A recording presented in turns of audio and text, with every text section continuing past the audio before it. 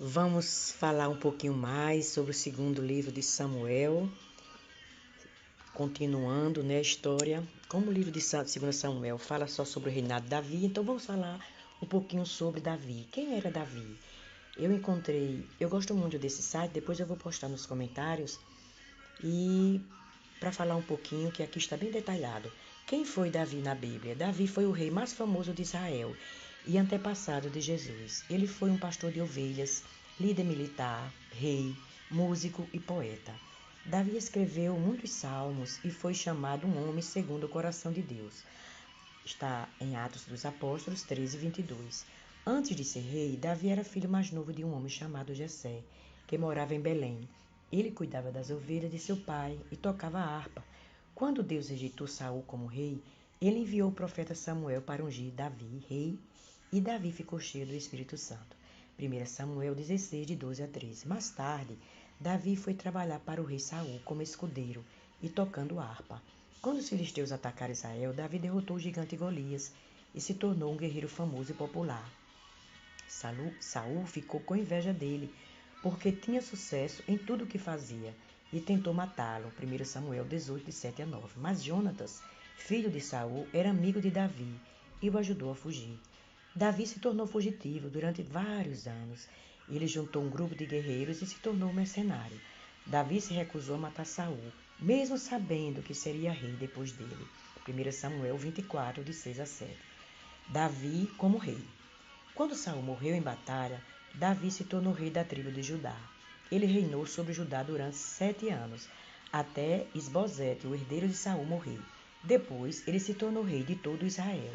2 Samuel 5, de 4 a 5. Davi teve muitas guerras e muitas vitórias durante seu reinado.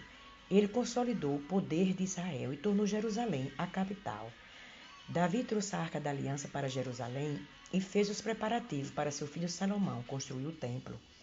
Um pouco sobre a família de Davi. Davi teve várias esposas e concubinas.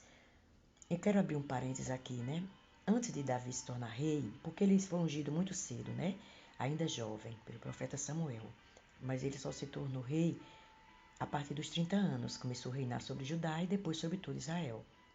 Antes dele se tornar rei, ele tinha apenas 2 mulheres, porque Mical, Saul, pai de Mical, tinha dado para outro homem. Então ele tinha 2 mulheres. Uma delas era Abigail, aquela mulher sábia, virtuosa, que foi mulher de Nabal, que morreu. Então, quando ele chegou em Jerusalém, ele tomou para si muitas mulheres e muitas concubinas. E essa história está lá no capítulo 11, que eu já falei um pouquinho. Mas, gente, todos nós temos uma fraqueza e a gente tem que tomar conta para a gente não cair. Não só foi o rei Davi, não, é todo ser humano. E a gente vê que aqui, eu abro um parênteses para dizer, a história de José do Egito. José sofreu, ele esteve no fundo do poço, literalmente. Mas ele se tornou governador do Egito quando ele está no auge, na prosperidade, dentro da casa do segundo homem mais importante lá do faraó. A mulher do Potifar, desse homem importante, começa a seduzir José. E José não caiu, gente, não caiu. Os olhos dela estavam sobre José. José era um homem muito bonito e ela chamava ele, literalmente, está escrito na Bíblia, para ir para a cama com ele. Depois de várias tentativas e José ignorando, ela armou uma cilada que terminou José na prisão. Mas José não cedeu. Já abre nesse parênteses, a fraqueza de Davi era essa. Um homem tão puro de coração, tão ingênuo às vezes até eu acho, assim, com a sua pureza, com tanto que ele adorava a Deus, mas ele tinha essa fraqueza. Mas graças a Deus que ele era um homem temente a Deus, se arrependia, E ele botou os olhos em Batseba, enquanto que a mulher lá do Potifar botou os olhos em José e ele não caiu, Porque a tentação, gente, diz assim, abrindo ainda um parênteses aqui, eu quero ler para vocês, Tiago, Deus não tenta ninguém, não. Deus não tenta ninguém. Deus pode colocar a gente à prova. Se Deus fez com o próprio Filho, Jesus Cristo, depois do batismo, que ele subiu ao monte para ser tentado, porque ali Deus tinha um plano para a humanidade, mas Deus não tenta ninguém. É do nosso desejo da carne, gente.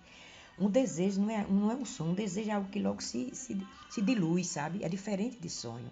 E às vezes um desejo bota tudo a perder. Aí eu quero ler para vocês Tiago 1,14. Mas cada um é tentado quando atraído e engodado pela sua própria concupiscência. Depois, havendo a concupiscência concebido, dá luz ao pecado, e o pecado, sendo consumado, gera morte.